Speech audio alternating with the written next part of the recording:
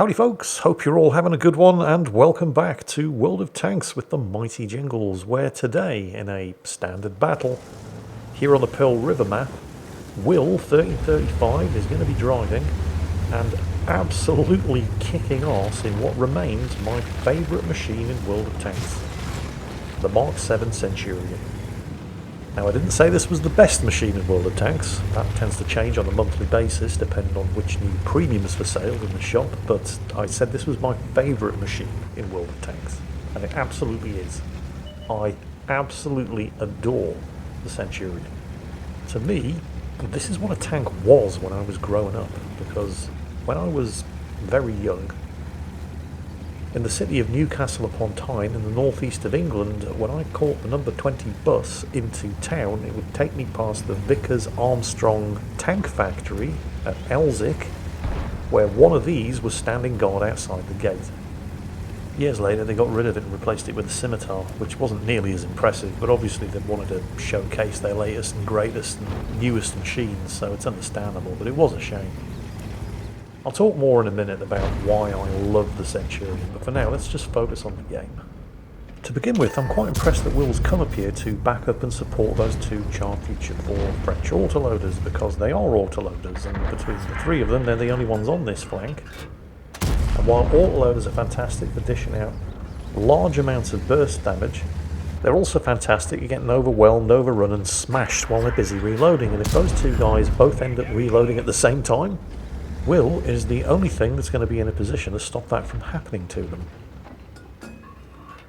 You can't take ground with an autoloader, not without backup and support, because you're basically defenseless when you're reloading. So if those two guys start getting rushed, and it looks like they're on the reload,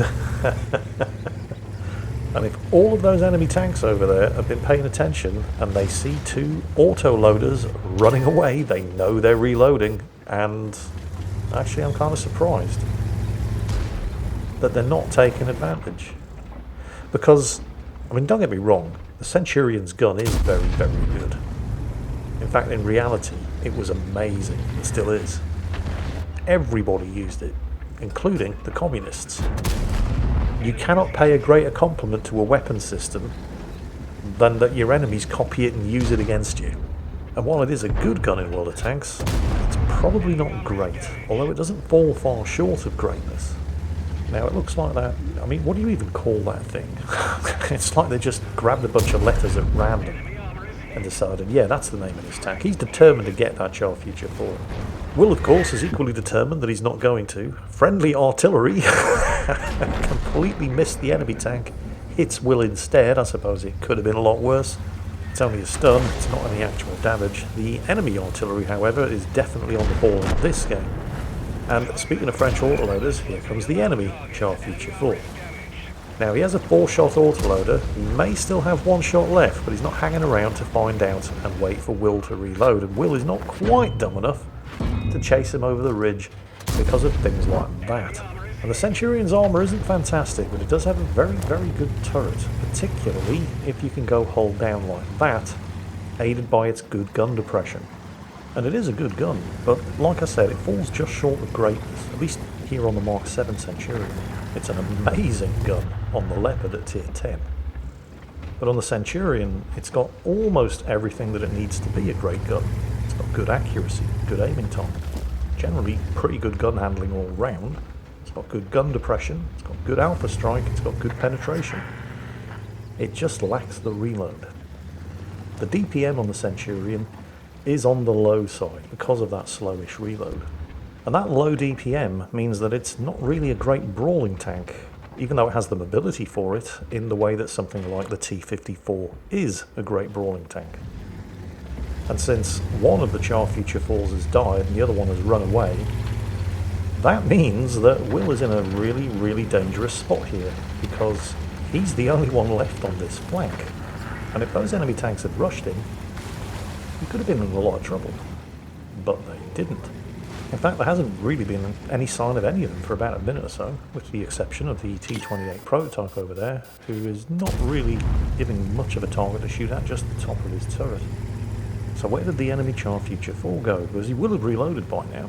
And he knows that there's nobody up here other than Will. The thing is, his 4-shot autoloader can do... There he is.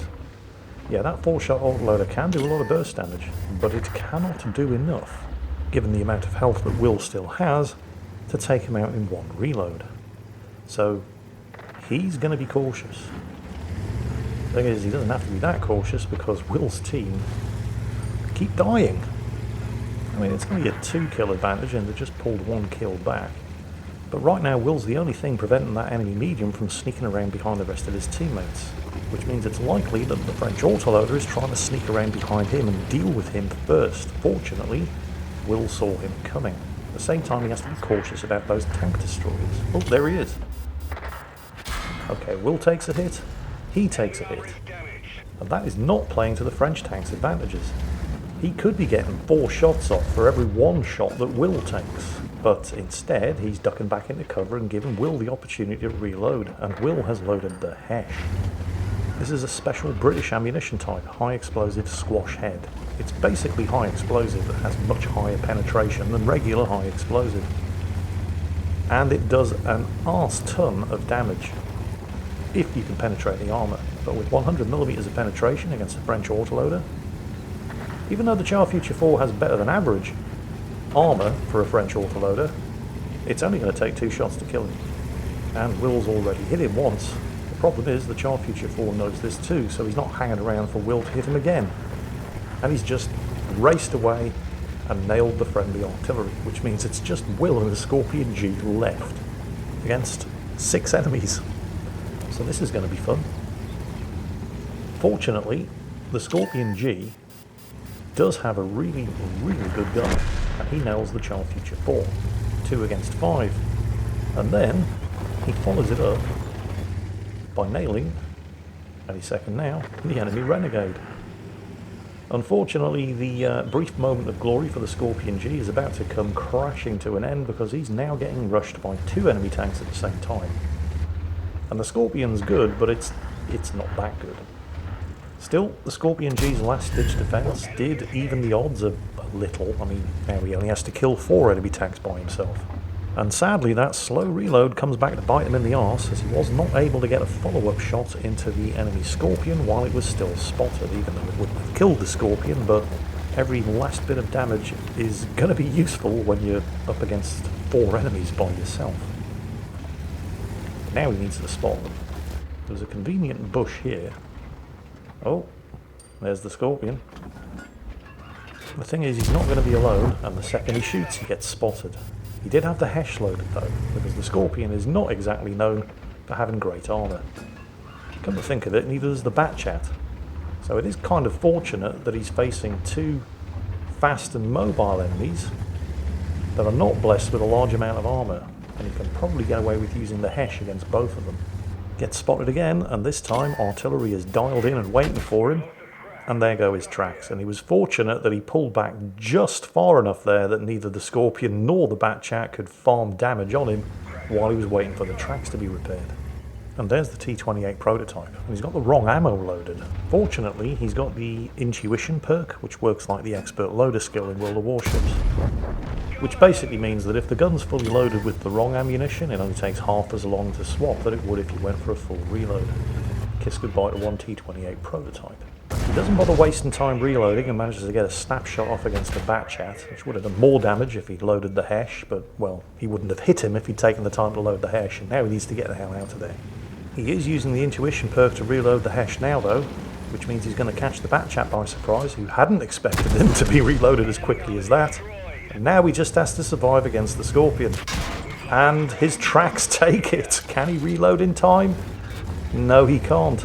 And the Scorpion is not hanging around to find out what happens when he takes 105mm Hesh up his jacksie. And then Will realises just in time what the Scorpion was doing, trying to sucker him into exposing himself to an artillery shot. And I have to say that M53 has been very, very good.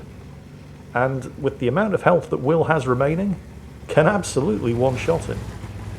So he's erring on the side of caution here, because he knows that Artie's going to be aiming and waiting for him. Still has the Hesh loaded, trying to reacquire the Scorpion and shoot and scoot. And oh, there he is! and gets a beautiful snapshot off, but artillery is going to be readjusting his aim, and the Scorpion is coming out. Decides he doesn't want to risk beating the reload. There's the artillery shot. It's still going to require one more shot to kill the Scorpion. Can he get up there and shoot him and get artillery safe before the M53 reloads? Because the Scorpion hasn't fired and is going to be ready to shoot. Ah, screw it. Glory lasts forever and chicks dig scars anyway. But the Scorpion has made a fatal miscalculation. He guns the engine, tucks himself back in against the rocks because he knows what's coming. But actually, no. Nothing. Well, artillery had the chance to finish him there, and it looks like he blew it. Although, he doesn't have an awful lot of health left. And the M53, I mean, like I said, I love the Centurion. It's got a very good, if not great gun. Its mobility isn't bad. I mean, it doesn't have the top speed, but its power to weight ratio and its terrain resistance is very good. It's just a shame about the armour everywhere except on the turret front, which means that if that M53 can hit him, well, pretty much anywhere other than on the turret front, it stands an excellent chance of killing him. And, well, you know, the M53 isn't going to be driving across open ground looking for him. So he is going to have to drive across open ground looking for the M53, which means the M53 is probably going to be hiding in a bush on the far side of its own cap circle, waiting for him. Which means the M53 is very likely to get the first shot. And that could be really bad news. But what else can Will do? He's, well, kind of committed. He has to take the risk. At the same time, he doesn't have to be an idiot about it. He can use whatever cover is available. Nobody's spotted him yet. That's good news. Of course, it might be bad news. It might mean that the M53 is actually rushing for his cap. And if he gets there first, he's probably going to win. Or he could be lurking in the bushes back here, waiting for the cap counter to go off, so he knows that Will is trying to win by capping. They trade shots, and the M53 seem to hit him on the turret front. And with the Hesh loaded, Will could pretty much hit the M53 anywhere and kill him. So, disappointingly, only the 5 kills, which is kind of surprising considering that was a basically single-handed defense of an entire flank, followed by a 1 versus 4 carry, culminating in 6,200 damage done in a machine that wasn't top tier during this particular standard battle here on the Pearl River map. And arguably even more impressive is that, largely due to that 6,200 damage and the fact that he didn't spend the entire game rolling his face all over his 2 key, despite not running a premium account, he plays for free. He actually made a profit in that game.